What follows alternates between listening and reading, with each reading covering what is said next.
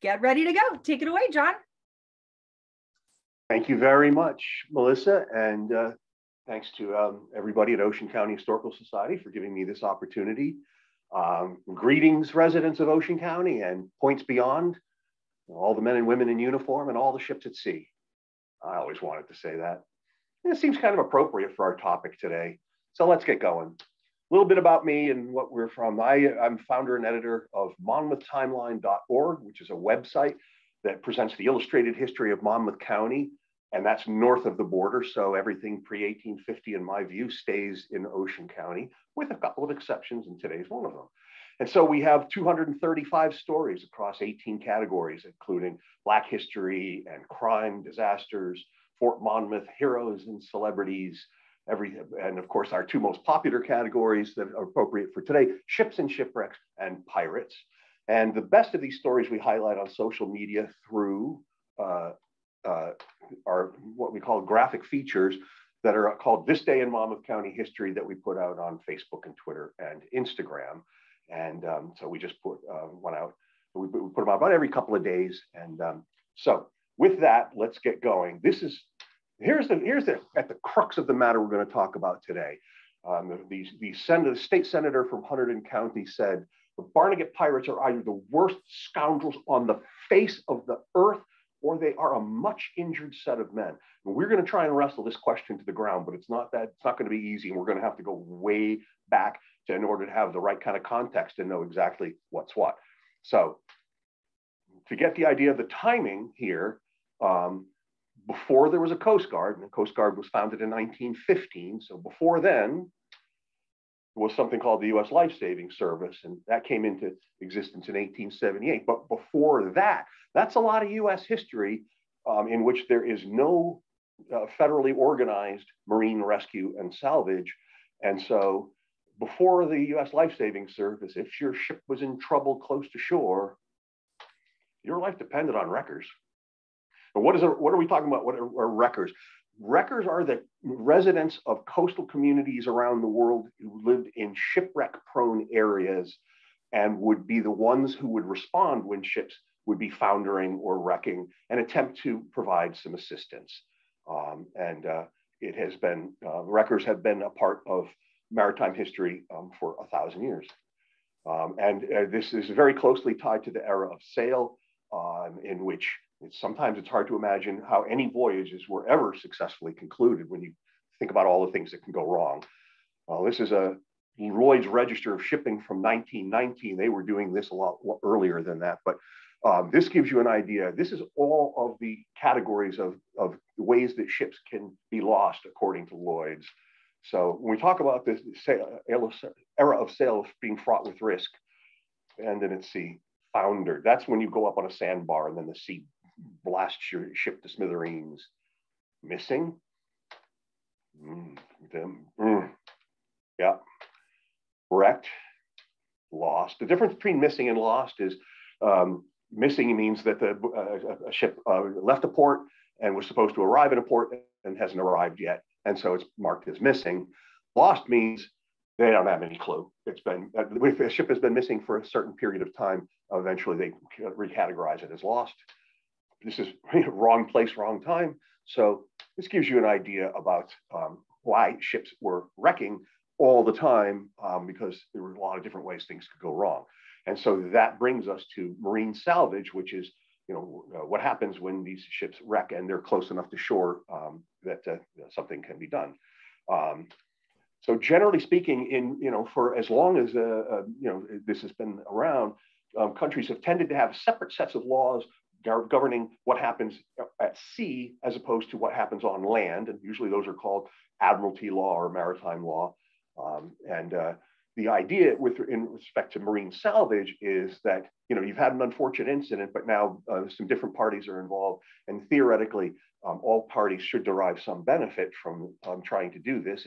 And this is not new. So this was, what was going on in Monmouth County in the 19th century had been going on in other parts of the world for hundreds and hundreds of years in exactly the same way. And so out of this admiralty law becomes all kinds of different kinds of categorizations and terminology. And so some of this is where we get the things like the term flotsam, which is for shipwreck debris that is floating in the water, and jetsam, which is shipwreck items that are washed up on the beach. And a third one that is lesser known, which is lagan, and that is the stuff from a shipwreck that falls to the ocean floor. And in different parts of the world at different years, places would have different laws and rules for the governing how marine salvage was to handle those kinds of different things.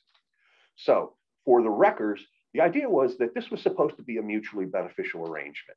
So your ship is in trouble. Volunteers from shore are going to offer assistance. The first priority is to try and save lives.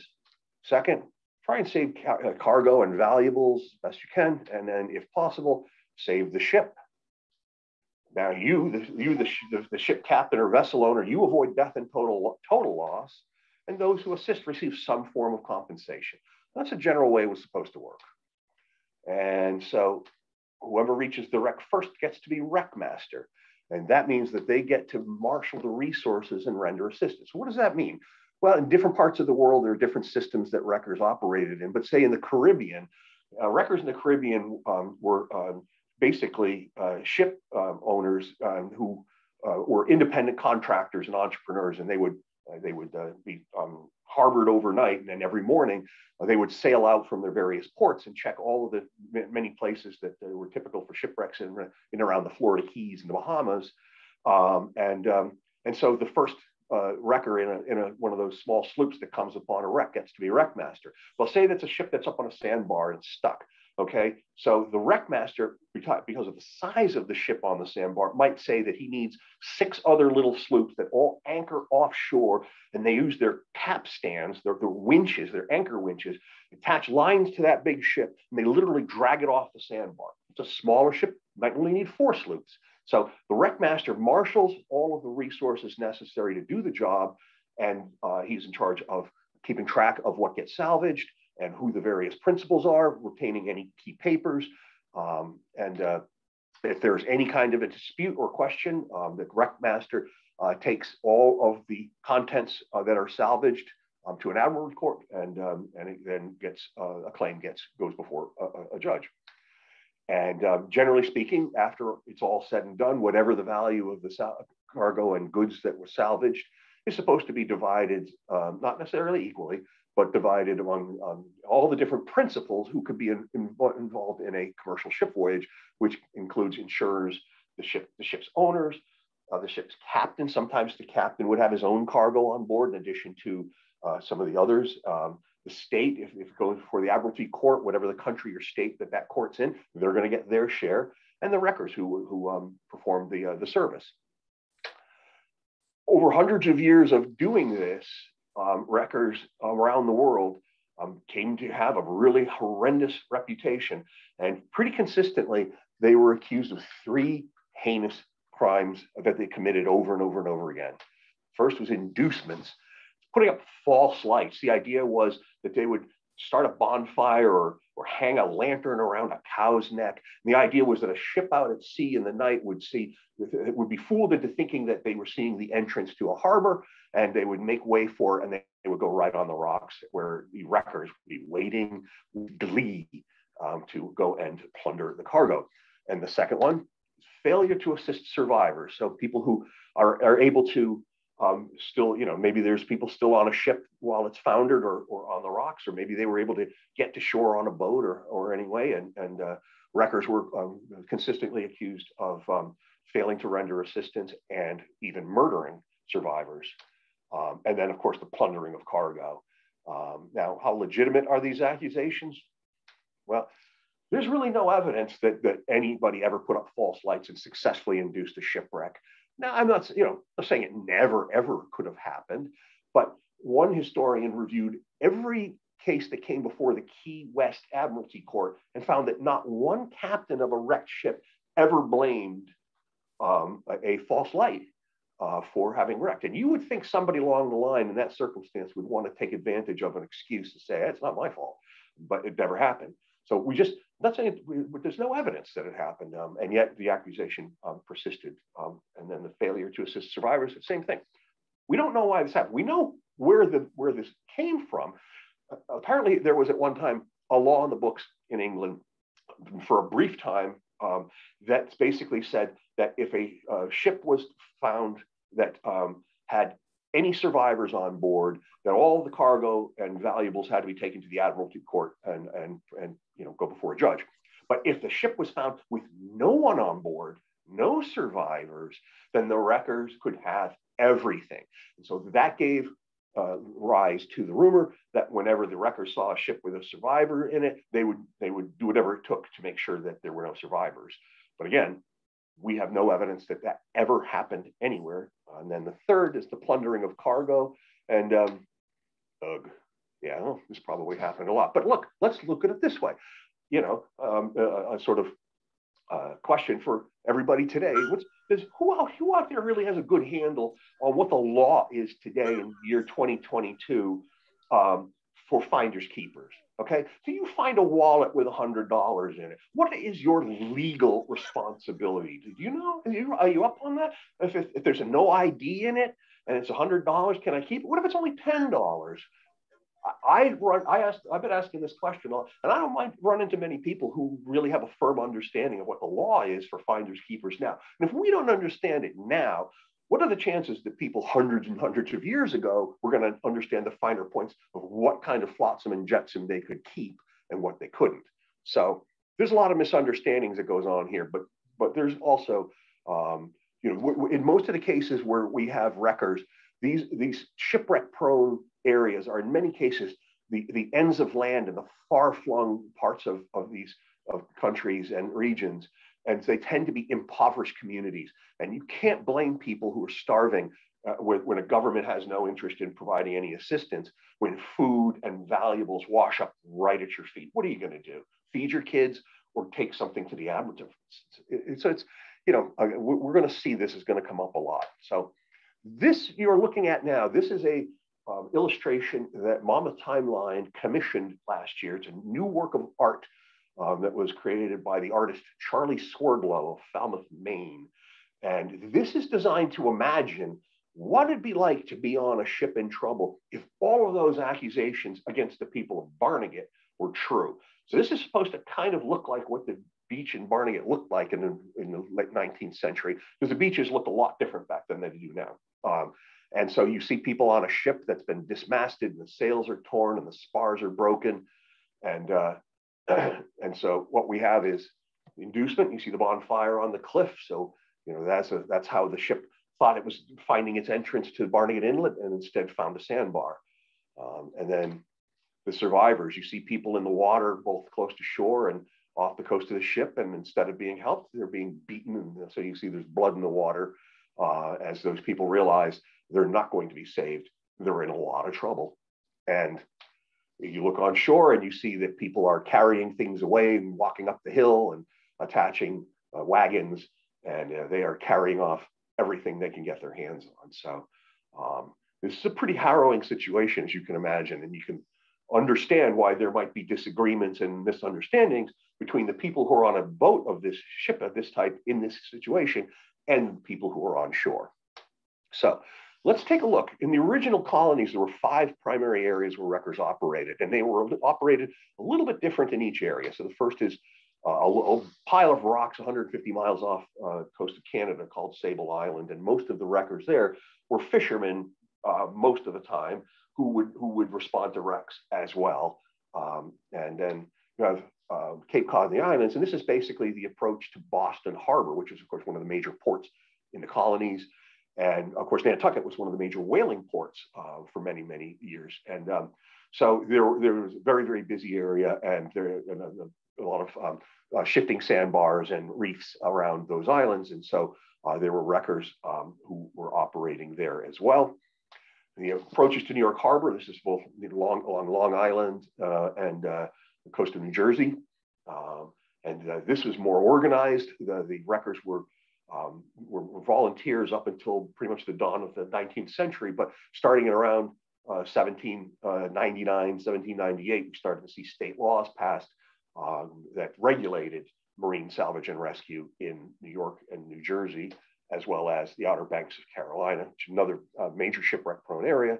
And the big circle goes for where the most shipwrecks happened, and that's along the many hidden reefs and rocks and shoals around the Bahamas and the 200-mile reef that runs along the Florida Keys. So if you were trying to get from Central America to North America or Europe, you had to either go one of the northern route or the southern route, and they were both fraught with incredible danger. And so again, in the Caribbean, what you had was whole fleets of independent wreckers operating out of ships, mostly of Bahamian nature. There were very few people living anywhere on the Florida Keys in those days, so there weren't residents on shore who were available to respond to shipwrecks. So now we're going to take a look at news coverage, because that's gets to the crux of this. What we did was I went back and looked at every online archived newspaper story in all of the digital archives that I could find, mentioning wreckers in English language newspapers, going back to the very beginning of newspapers. And what we saw is some very, very consistent coverage. So we ranked all of these stories for positive, neutral, and negative. We'll start by looking at an example of a positive story. So this is from 1766, the South Carolina Gazette and Country Journal. And so you see, this is a brief, small item in a series of maritime news items about the Snow Indian trader from Georgia for Jamaica, castaway on the rocks near Grand Caicos, where the captain, passengers, and crew happily got on shore and were treated with great humanity by some wreckers, who afterwards carried them to Providence. And Providence is the capital of the Bahamas at that time. So any type of a story that had the word saved in it or got off, meaning the wreckers were able to get the ship off the sandbar, those were considered positive stories. Negative stories tended to be slightly longer. So here's an example of a negative story, and negative stories tended to arise when, say, a captain stayed with the vessel, and after when the sun rose, he could run up on the rocks or run up on the beach, and then the next morning, the storm blows over and the sun comes out, and there's your ship, still underwater, and the wreckers come to do what they want to do, and the captain wants to negotiate. He doesn't want to have them take everything, so he tries to bargain, and he doesn't have any bargaining chips. He has nothing to bargain with, because what is he going to do? How can he salvage the cargo himself? He can't. So these types of misunderstandings tended to be very one-sided versions of these stories, where you never hear from the other side. And so this is what most of the negative stories looked like. And most of the stories, about 50% of the stories, were neutral, and they tended to be very brief and tended to just be about a ship that had clearly gone up on a sandbar and some wreckers were nearby rendering assistance. We don't know if that was a positive or negative outcome, so we call that neutral. So, the vast majority, about 50%, were neutral, and about 35% were positive, and about 15% were negative. This is the oldest newspaper story I could find about wreckers in New Jersey, and it's pretty negative. The conduct of the part of the people of Cape May County has been most infamous in plundering and carrying off the goods that were washed ashore. A lady who was drowned and whose body came on shore was stripped of her watch, necklace, and other trinkets, and the other amount of goods stolen probably amounts to $20,000. And it goes on and on and on. Then it says, the collector appears to be an honorable and correct man. Would that the same might be said of the wreckers. And so it doesn't really make a lot of sense. But let's go back to the body. If a dead body washes up on the beach and there's a pearl necklace and a diamond bracelet, are you supposed to bury that body with the jewelry on it? Or is the right thing to do to save that because a family member might come looking to collect that? But anyway, so you can see how these kinds of misunderstandings can arise, because what are they supposed to do with a corpse that has jewelry on it? Leave it on the beach? Somebody's going to take that jewelry. And so, there's a lot of misunderstandings that are at the heart of some of these negative stories. Now, these negative stories are 100 times worse in England. And this is a classic example.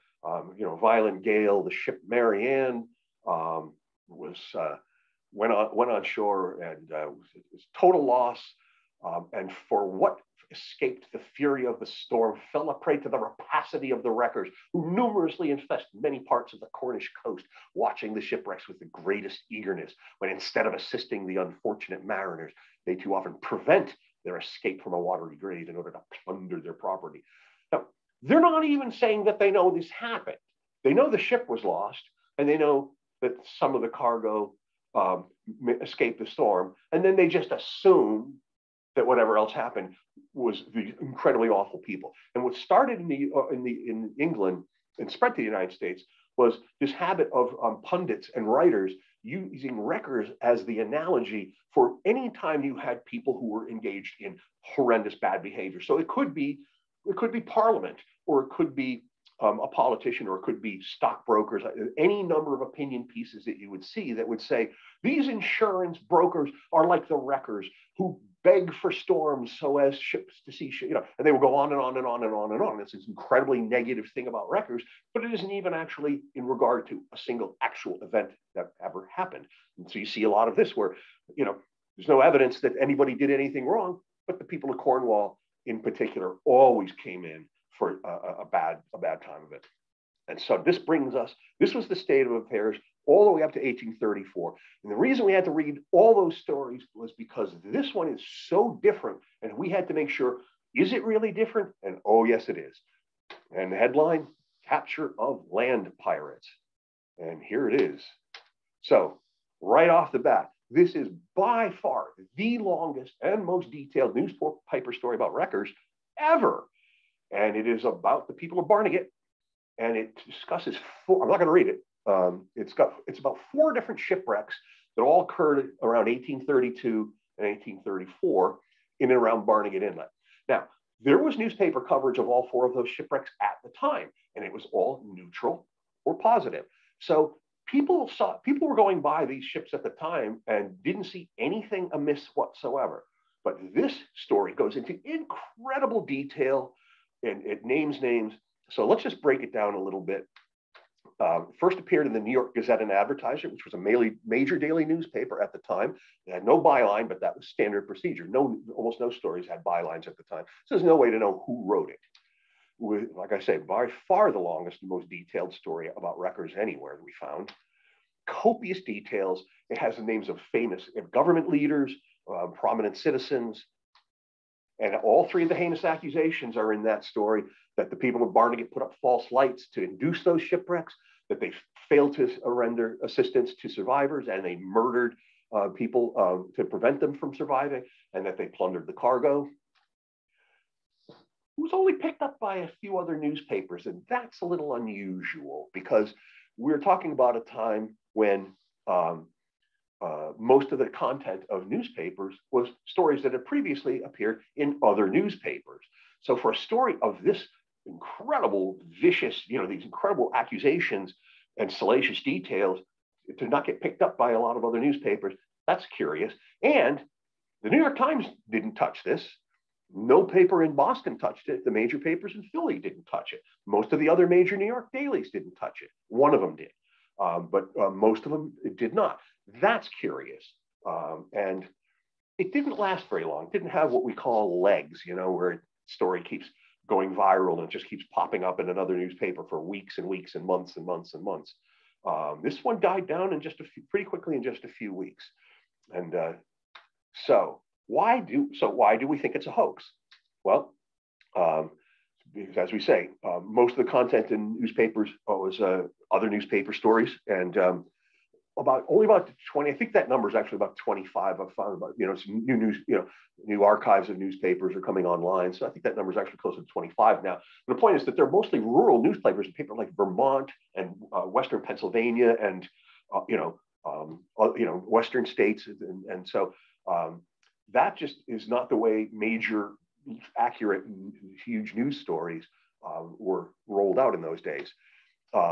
And not only was it ignored by the other big city newspapers, it was ignored by every newspaper in New Jersey. So the daily newspaper in Newark didn't touch it. The daily newspaper in Freehold, the daily newspaper in Red Bank, the daily newspaper in Long Branch, and the daily newspaper in Asbury Park. Not one of them had room for this story at any time. That should tell you something.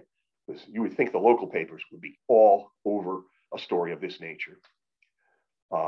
Another thing is that the newspapers in this era didn't make any pretense about offering content that was 100% truthful journalism the way they at least aspire to today. There wasn't even any shame at all. They routinely had next to each other stories that were supposed to be purely factual and the other stories that were purely fanciful. And it was often hard to tell them apart. And a great example I like to tell is from the Monmouth Democrat.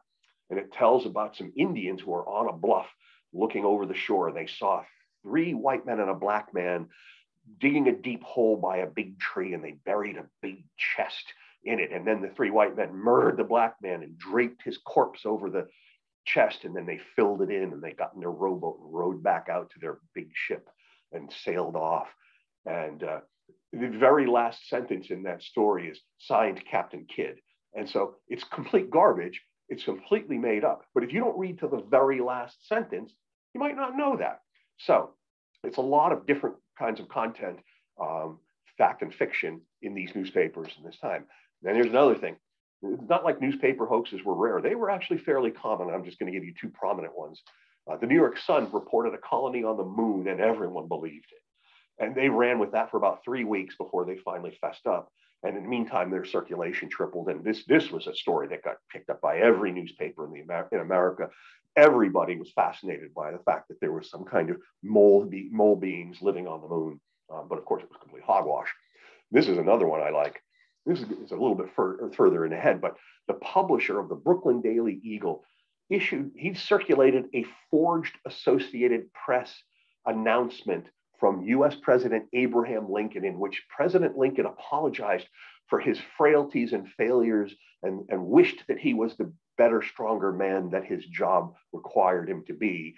And of course, it was complete hogwash. The stock market cratered, and guess who cleaned up?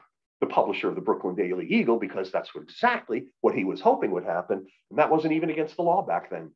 So you start to understand why a Securities and Exchange Commission would eventually need to be brought into existence for this kind of thing. But the point is, people who had the ability to plant stories were able to do so, and they could have enormous effect.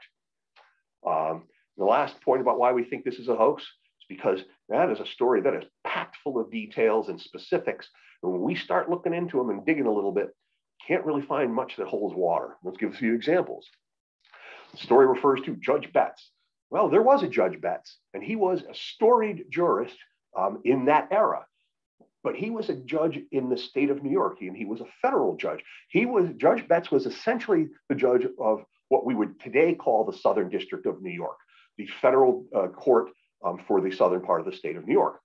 He would not be getting involved with criminal matters in New Jersey, because New Jersey had its own federal district court. And so anything that was going to go through a federal court would stay within state boundaries, because that was the whole point of that system, was to not have states meddling in the criminal law enforcement matters across state borders. So the Judge Betts thing doesn't hold up. Now, Garrett D. Wallace mentioned, he's a very famous name in New Jersey history. He was state attorney general for a time. He held a number of different kinds of public offices. At one point, he was considered to be a vice presidential candidate, but he said no. But he was not attorney general when these ships were wrecked and when these people were supposedly arrested and taken to the jail in Newark by this agent named Huntington. And that's another thing. Every person that's named in this story has a first name except the hero. The agent, and we don't know if that's a law enforcement agent or insurance agent, but the agent named Huntington, who was sent down to Barnegat and who arrested all these people and brought them up to Newark and put them in jail, he doesn't have a first name in this story. So there's a lot of inconsistencies. William Platt is a prominent name in here, and he's named in this story as both the Justice of the Peace and the Wreck Master, and he was none of those things. There was never a man named Platt who was either a Wreck Master or a Justice of the Peace. But there was a William, and of course, in this story, it says that this William Platt, the magistrate and Wreck Master, had fled Barnegat to Indiana to avoid prosecution for his crimes and involving those shipwrecks.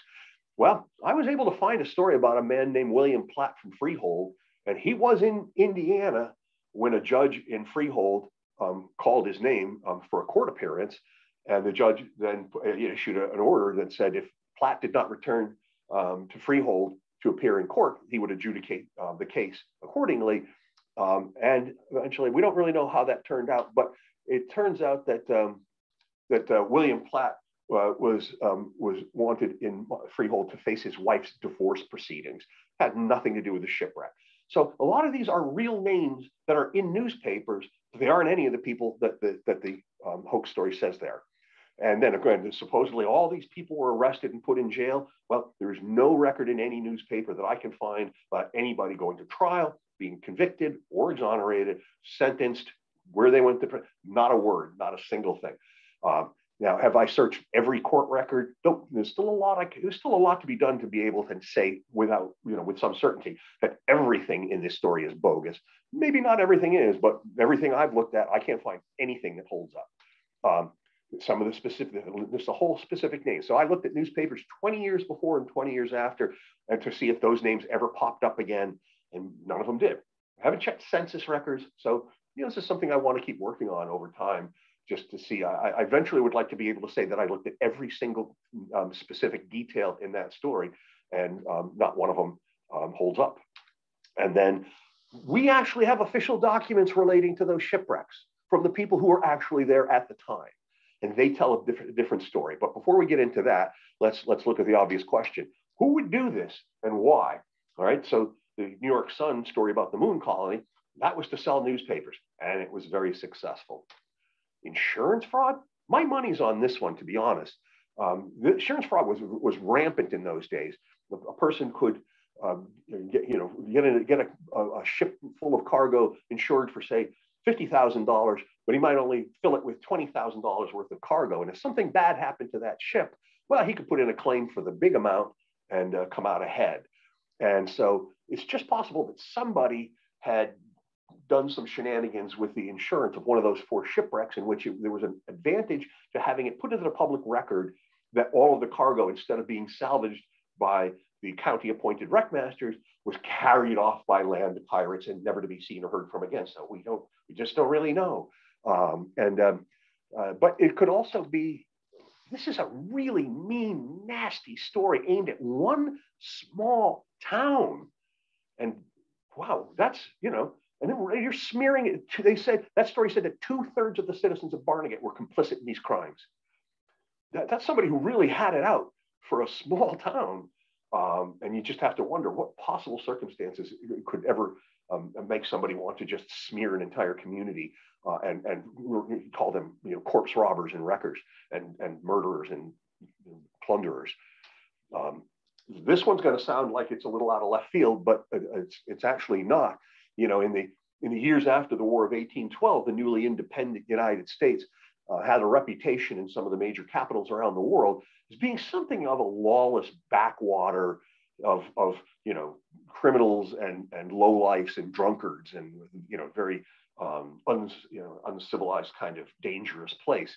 And government leaders and community leaders were trying in earnest to try and burnish the country's image as a nation of laws and a place where law and order reign. So it could even just be for a reason like that, to show that, crimes take place, but when they happen, we take care of them and we mean business. Eventually, this is the big question that I'd like to really be able to have a better guess at over time.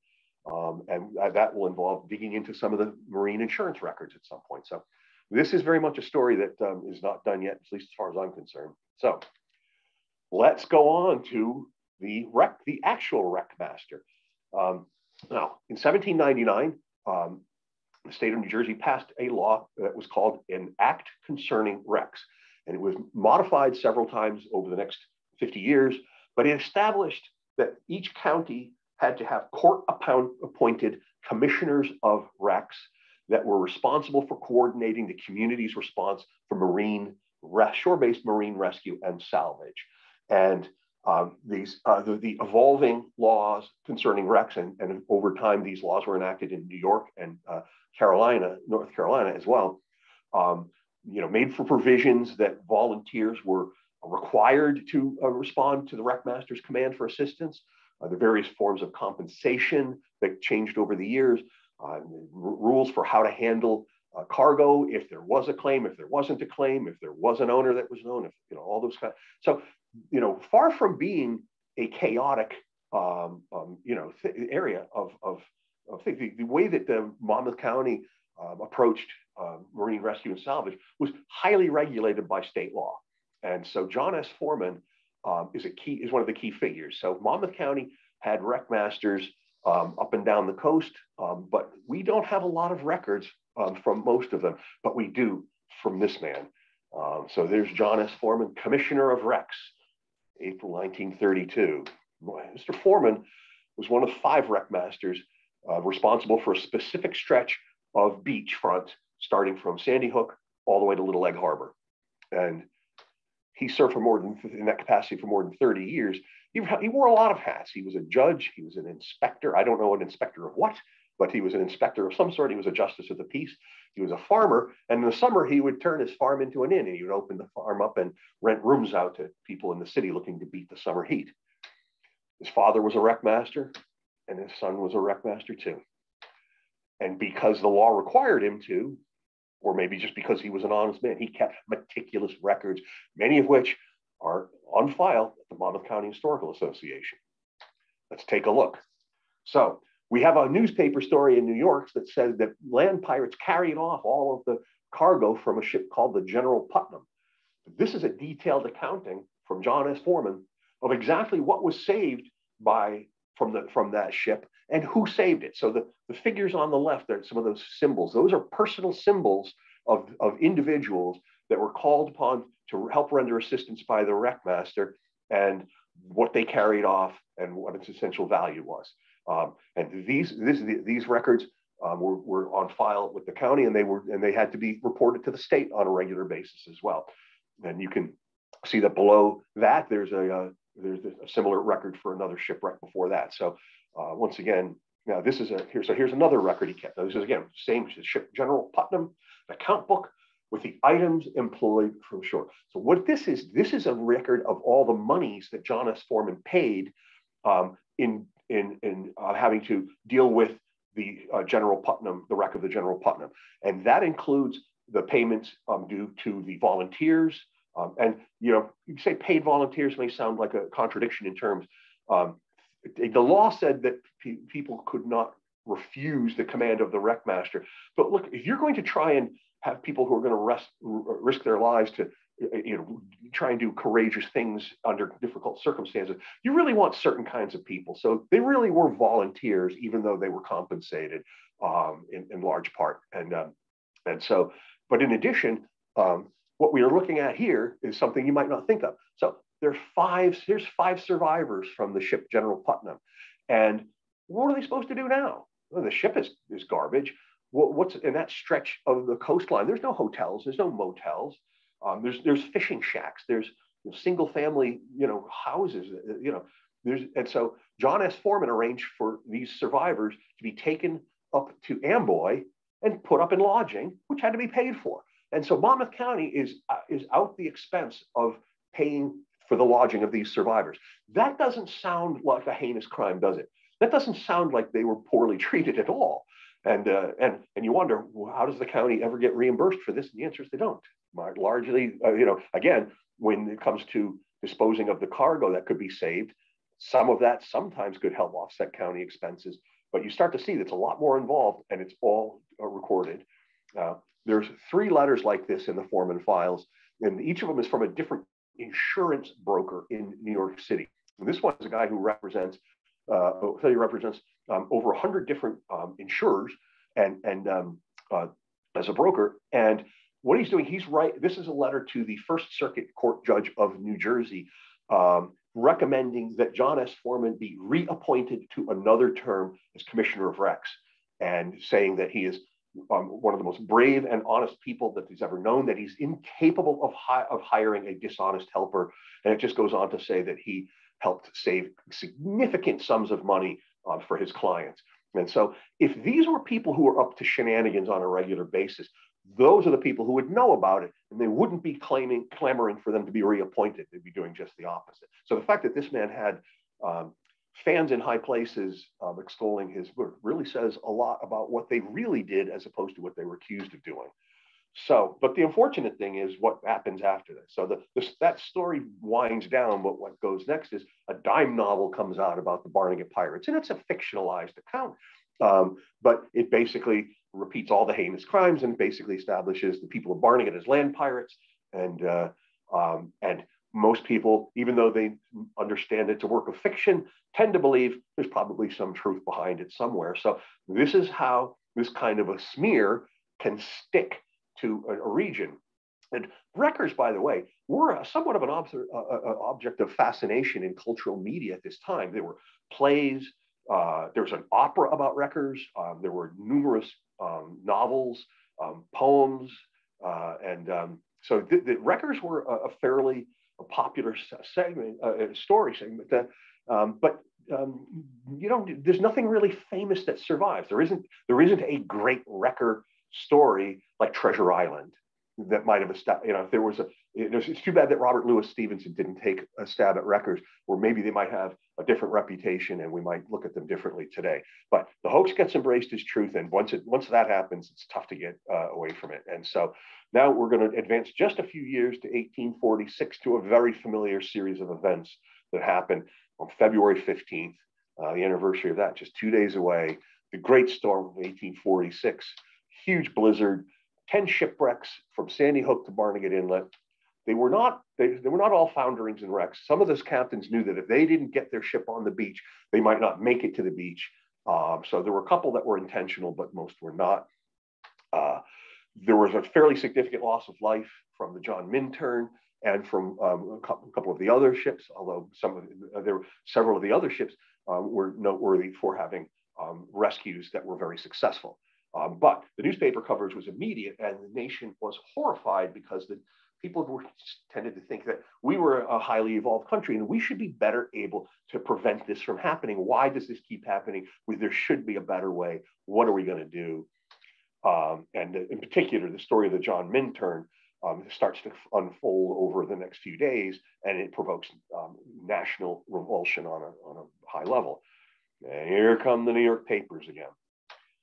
So here's the New York Herald, right? This is just 10 days after the event. Coast piracies, the Barnegat pirates. That quotation, that's from Shakespeare's Merchant of Venice. There be land rats and water rats, land thieves and water thieves, I mean pirates. Well, at least we know the story to follow is going to be fair and balanced. So for many years, prior to 1835, the Barnegat district on the coast was renowned for the piratical propensities of the inhabitants. From Squire, there's that Platt fella again, the wreckmaster and his boom, the parson and the doctor, down to the fishermen, all it's on and on and on and on. Many a stout vessel has left their bones upon them. Goes on and on and on, just like before. It's even worse in England. The official publication of Lloyd's of London, the shipping insurance concern, had an even worse story that basically recused all of the heinous accusations about the John Minturn. And nobody really cared that much in 1834 when the first hoax story came out. But this time around, people were not happy about it all, and the state Senate took action. And in particular, the quote that we saw from the start, the state senator from Hunterdon County said, either the people of Barnegat are the worst scoundrels on the face of the earth, or else they are a much injured set of men. And he's challenged the governor because if it's true, somebody's got to do something about that. If it's not true, somebody's got to do something about that. And the governor did, to his credit. The next day, Governor Charles Stratton paneled a committee of commissioners to investigate this whole matter. And they, the next day, went freehold, looked at all the paper records that were available at the county source. And then they went to Sandy Hook and they visited all of the 10 wreck sites, one after the other. And then they held hearings where they interviewed all of the survivors, witnesses, people on the ship, people on land, all the principals involved. And what's kind of interesting is that we wonder why we don't have more official papers from the John Minturn, given how many papers we have for the General Putnam, for example. Well, one possibility is that those papers were scooped up by the investigators and brought back to Trenton and were part of what they used in creating their final analysis and report. So there's a part of me that believes that there might still be some papers relating to the Minturn in a dusty file drawer somewhere in Trenton. And one of these days, I'm going to make the trip out there and see if I can't do some digging. But there is one paper that survives from the John Minturn that's in the John S. Foreman files, MCHA, and it's pretty gruesome. What we're looking at here is an accounting of the monies that were paid to the various volunteers who helped carry away dead bodies for appropriate and proper care and disposal. And so these are men that were paid to carry these bodies up off the shore, build pine boxes, and then keep a record of notes of description and items found and any form of identification. And because in most cases, family members would come along sooner or later and look to reclaim bodies and valuables. And so this is another area where year in and year out, Monmouth County could expect to accumulate over $1,000 in unreimbursed expenses solely from dealing with corpses from shipwrecks. And by the way, just taking another quick, if you look here at the very bottom of this, you see that John S. Foreman signs himself as Justice of the Peace. And that's partly because you also see his name in the middle of the paper because he is part of this invoice for his own efforts that he wants to get paid and compensated for. So there's a little close-up item of this. You see it's February 27th, 1846. And as per billing, so you see 20 bodies expensed to the county at $7 a piece. That's the bargain by some trace. 15 bodies expensed to somebody Thompson, 3 bodies to somebody Foreman, and 7 to somebody else. So this is a grisly toll of the human, and it shows you that what these people were doing was hard and difficult and commendable. And all they got was the worst reputation and called the vilest or most rapacious criminals on the face of the planet. So the state Senate, after looking at all the evidence, came to the conclusion that the charges in the resolution under which we act are accordingly to the best of our judgment upon the evidence, each and every one of them untrue. There are here no inhuman and guilty actors therein to be punished, and that the state ought to be released from the odium of such barbarity. Well, that's pretty final, doesn't it? Well, that sort of also coincides with the beginning of the demise of wreckers, and there are a number of factors all happening at the same time over the next 30 years or so that are going to greatly reduce the number of occasions for which people on shore need to respond to a vessel in distress. One of them starts with this man, Dr. William A. Newell. He was one of the people on shore who witnessed the tragedy of the John Minturn, and he was appalled by it. He ran for Congress and won a seat. And in Congress, he succeeded in passing an appropriation of $10,000 that went to the purchase of sheds and life-saving equipment for use by the county-appointed commissioners of wrecks and their paid volunteers. Now, some people refer to this appropriation as the Newell Act, but it was not an act of legislation. It was simply a one-sentence appropriation and appropriation bill. It's not to be overlooked, though. What it represents is it was the first federal funding for shore-based marine rescue and salvage, and it was modeled after successful efforts that had been done in Cohasset, Massachusetts by the Humane Society. But some people say this is the start of the U.S. Lifesaving Service, but that would not come along for another 30 years. So over the next 30 years, thanks to Dr. Newell, what we had was a certain amount of federal funding that went to help bolster the efforts of the locals who were responding to shipwrecks. So this is a famous illustration that shows this happening. So this is the wreck of the Airshire. I'm not sure how that's said. This was on January 1st, just absolutely ripped to shreds by a horrible storm, dismasted, spars broken, rudder useless, and the ship came into the sight of land and drifted for 12 days in front of horrified people on shore who were helpless to do anything about it. They could see and hear the people on the ship. The people on the ship could see and hear them. There was nothing they could do. Finally, the ship runs into a sandbar and keels over, and the commissioners of wreck and the paid volunteers go leap into action. So if you look at the lower right-hand corner, you'll see one of those little sheds. That's the shed. That's one of the sheds that Dr. Newell's appropriation paid for, and the boat that you see them using, and the little carriage that it's on. And of course, you see the rescue attempts that are made using what was called the Francis Life Car. And on this particular day, 201 of the 202 passengers on that ship were saved. And the only one who drowned was a young man who panicked. He tried to jump on top of the life car and he fell off into the water and drowned. 201 of 202 saved by the wreck master and the paid volunteers using the equipment bought by the federal government. So when it was working, it worked well. The problem was there wasn't enough money, and there wasn't enough oversight. There wasn't enough training. The equipment deteriorated because that's what happens to stuff that you use in saltwater winters. And so the problem never really went away as much as it should have. And so 30 years later, in 1878, Congress finally had the federal government assume all responsibility for shore-based marine rescue and salvage by forming the U.S. Lifesaving Service. And this became part of the Treasury Department and involved a significant amount of funding. So you can see that the new structures that were built were significantly larger. And one of the things they were supposed to serve as was shelters. Sometimes people survive shipwrecks on their own, and they would come ashore, and now they're lost. They don't know where they are. They don't have anything. And these were shelters, were places where people could go and take shelter until help could come. And they were also quarters.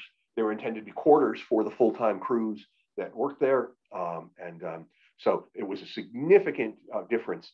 By the way, just going back quickly, that little shed there, if you want to see, there's the first of those sheds that was erected at Spermaceti Cove on Sandy Hook still survives today. And it's part of the Twin Lights Museum in Highlands. And the good people there have turned that into a little museum dedicated to the life-saving crews that were in this area in what they call the volunteer era. And it's a really well done exhibit. So if you ever find yourself up this way, Twin Lights is worth checking out on its own, but don't miss the life-saving exhibit as well, because it's extremely well done. So, well, U.S. Lifesaving Service, that really helps, so now we have a far more robust shore-based rescue and salvage system in place, but we also have better ships. The age of sail is giving way to the age of steam, and steam-powered vessels are far better able to avoid shipwrecks. They're far better able to maintain control in storms. So this is another factor that reduces the occasions for when people on shore have to respond to ships in trouble.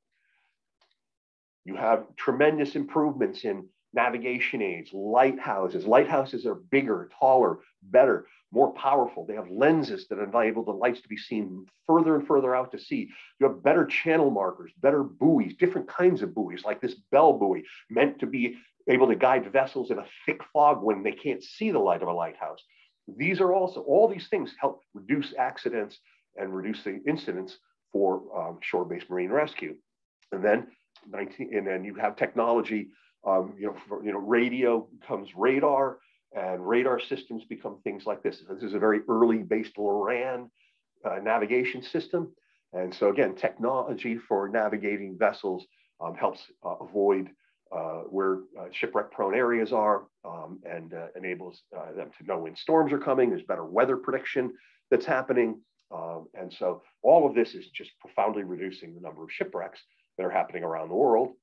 1915, the U.S. Lifesaving Services folded in with two other services to form the U.S. Coast Guard. The other two services were the Lighthouse Keeping Service, they managed the lighthouses, but also the channel markers and buoys.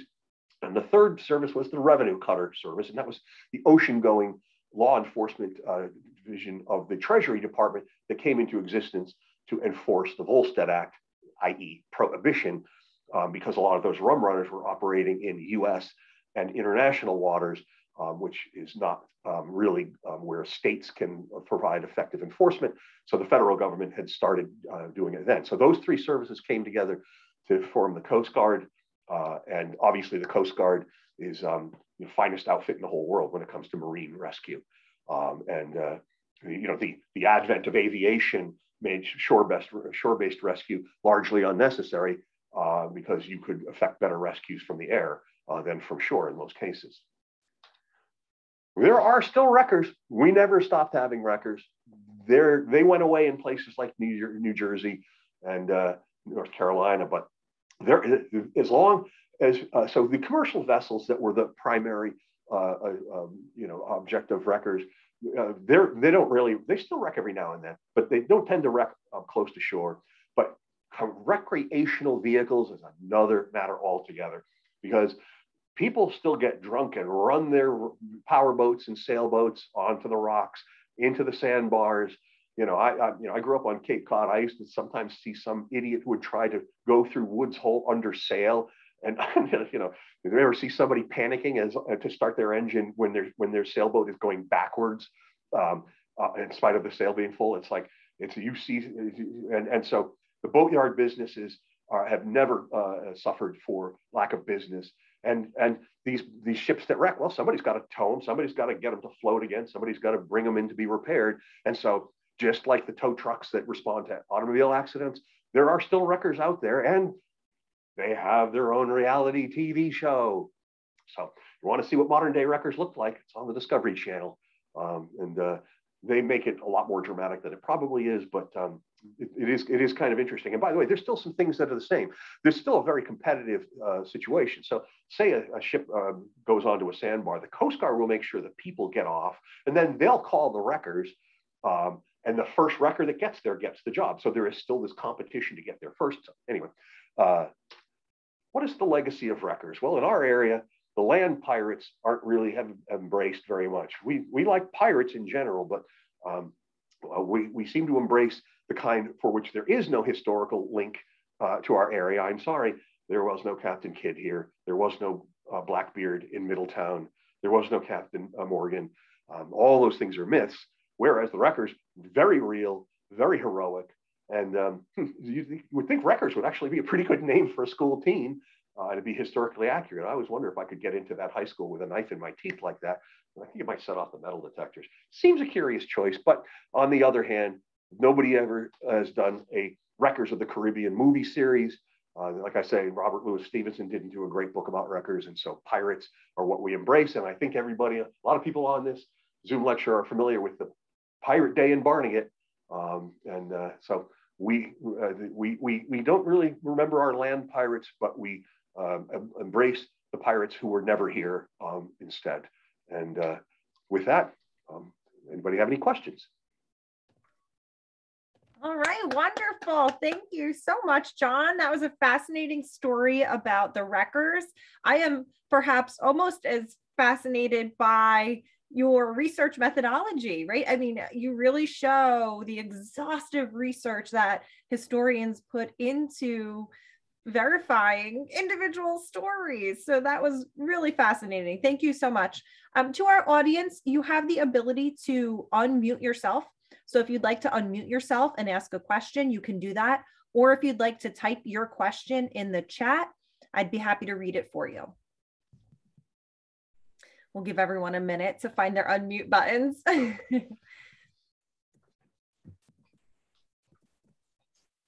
Barb, I see you unmuted. Did you have a question? Yeah, I wanted to ask John how he found Charlie Swerdlow, the artist, to commission him. I found Charlie through Upwork.com, which is a website that connects freelancers of all different types with clients. And I had used Upwork to find a copy editor because I was getting too many typos were coming out of my keyboard and onto my website, and I cannot abide typos. And so I finally had to bear down and find a copy editor. And I was so impressed with what a robust and great interface it was for that I thought, well, geez, there are freelance artists and illustrators out there. And we ended up commissioning 3 different works last year, one about Joshua Huddy, one about T. Thomas Fortune and Booker T. Washington, and the one you saw earlier about wreckers. That art from wreckers is hanging on the wall to my right. But at some point, we would love to see if that painting could find a home somewhere closer to where the action all happened. So at some point, we want to bring that down and see if there's an appropriate public venue for displaying that. But that's how we found Mr. Swerdlow. We have talked about that with our committee, and they would love to have it at the Ocean County Historical Society if that offer is still open. Oh, absolutely, yes. That's great. Then we'll reconnect later and we'll make that happen. And you said that could be prints of that could be sold through you, or how? That's correct, yes.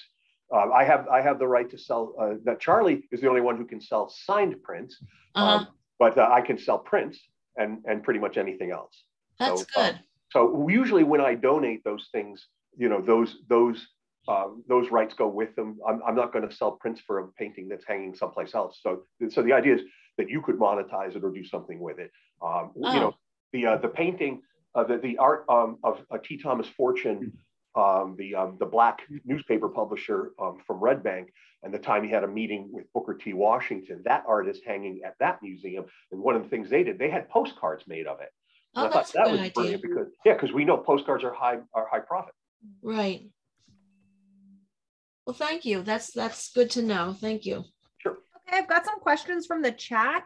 Catherine asks, is there a graveyard where any survivors from shipwrecks are buried? Oh, all up and down the coast. You know, for example, there was a big tragedy that was more in Ocean County's part of the world than northern, called a ship called the New Era. And a lot of these people who died on that ship were buried locally and in a graveyard near Allentown. So yeah, there are graveyards up and down the coast that have shipwreck survivors, but most of them are unmarked and unknown. People who are unidentified. I have a Barbara asking, where can I search Marine court records in either Ocracoke or Charleston, South Carolina, for a wreck in 1836? I don't have a quick answer for that, but chances are there is still an Admiralty court in Charleston, South Carolina, because it is a major port, and there would probably be in the state government archives some records as well.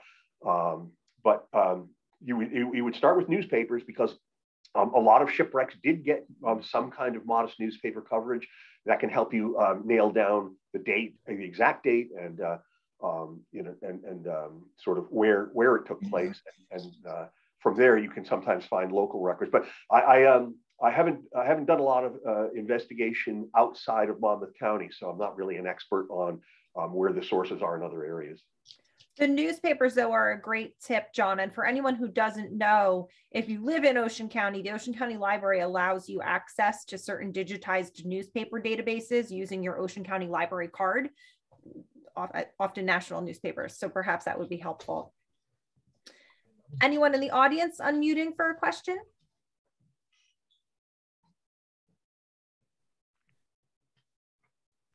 Okay, well, I don't see any other questions in the chat, just a whole lot of praise, and it's well-deserved, John, because that was a very well-researched, well-illustrated, and engaging talk. So thank you so much.